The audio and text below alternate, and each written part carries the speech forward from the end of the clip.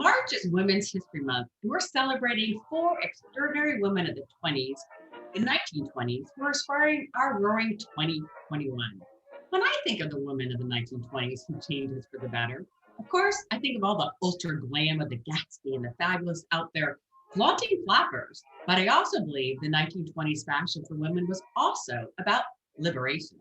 For the first time, we literally had the ability to loosen up thanks to Mademoiselle Coco Chanel. Because of her, we truly were freed out to be our physical selves.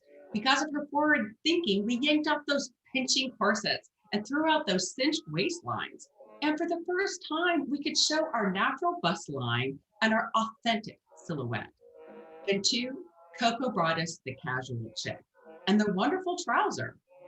I don't know about you, but I just can't imagine sitting in my Zoom boom calls in a laced up corset and oh so tight waistbands. How restricting and uncomfortable. So, as a woman, the next time you indulge in your next fine dinner or gallon of ice cream, thank Mademoiselle Coco Chanel for that expanded waistline and ability to just breathe and let it all hang out. Let us roar into this 2021, being thankful for our ability to move freely physically and our growing opportunities to share our voice, such as the requirement for women on boards, and yet still recognize there's still liberating freedoms for women we have yet to embrace. Sam, who inspires you? When thinking about famous women of the roaring 20s that teach us lessons for our roaring 2020s, I think of Zelda Sayre, aka Zelda Fitzgerald.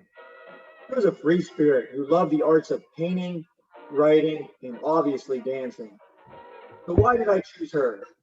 First, she was a risk taker and an adventurer. She believed in living life in the moment. In business, we need to be risk takers and adventurers too.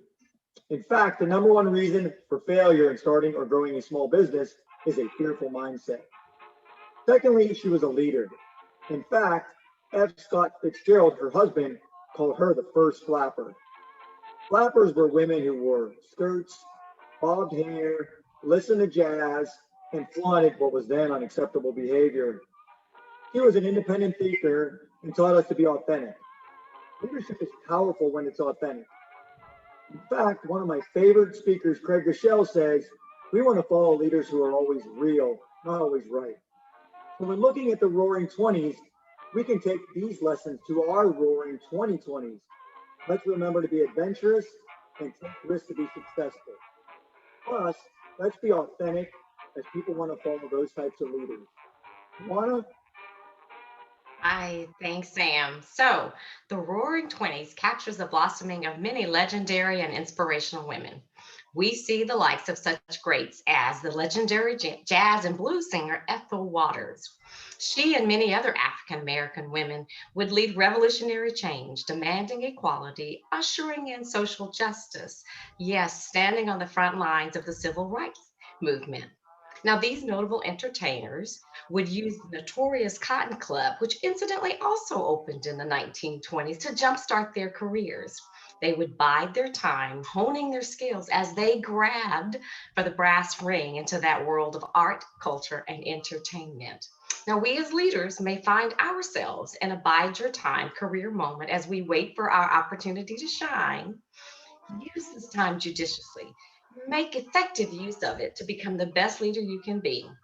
We pay homage to inspirational and legendary women of the 1920s, such as Ethel Waters, an African American LGBTQ plus woman who helped shape U.S. entertainment. Thank you. And here's Sam, Matt. Hey, thanks, Twana. Yes, the Roaring Twenties marked progress for women's civil rights and gave us voices that echo through to our Roaring 2020s. One of my childhood heroes was and still is Helen Keller. Her story fascinates me. An extraordinary journey of how she overcame the triple developmental disabilities of being blind, deaf, and mute. During the 1920s, Keller used her voice, becoming a global advocate of civil rights for those with disabilities.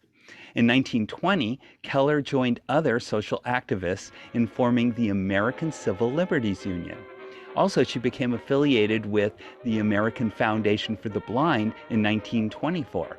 Coincidentally, the American Foundation for the Blind was founded in 1921 and is celebrating their 100th anniversary this year.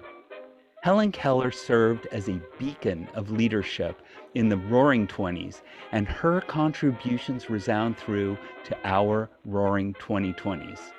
So, happy Women's History Month. This month, who are you celebrating?